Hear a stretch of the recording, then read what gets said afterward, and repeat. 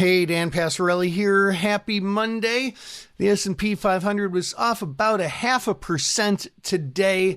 It really tried to make it a little bit higher, but just couldn't pull it off.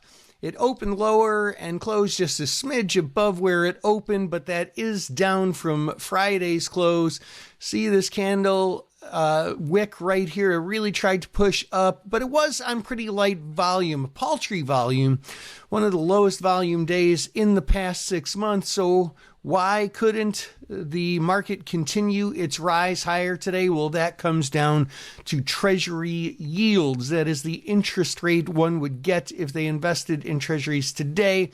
That rose a little bit today.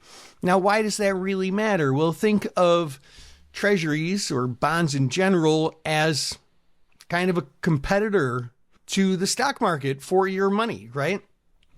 If we can get a good rate by just investing in U.S. Treasury bonds, which are arguably the safest investment out there, well, then I might take some of my risk out of the stock market that has a lot of high volatility and instead put it into this higher yielding, safer vehicle. So that's sort of the big mystery as to why, hey, when we have a little bit of bad news in the market, why does the market go up? Well, that's because we look at maybe interest rates coming down under that situation, and that means it's better. The stock market is able to compete better, if you will, with the bond market.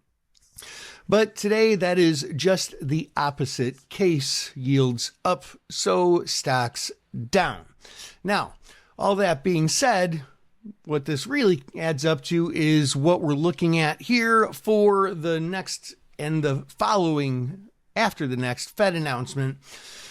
The percentage chance of the Fed cutting rates on this coming Wednesday in 2 days hasn't really changed. It's about 99%. But we did see a big change in the likelihood of interest rates changing come the June 18th announcement. As of just a few trading sessions ago, the most likely case was that the Fed would cut by 25 basis points. However, now the market is pricing in via the CME Group's federal funds contract about almost a 70% chance now of keeping interest rates steady in the June 18th meeting. And for the past year and a half or so, that has always been over optimistic. So probably the chances are above a 70% chance of interest rates staying where they are and not coming down for the next two Fed announcements. So there's some stuff to think about. On Wednesday, we're going to not necessarily listen to what the announcement is because we got a pretty good idea what that'll be, but we will be listening to what Jerome Powell has to say. Hope that helps. This is Dan Passarelli, Trade Smart.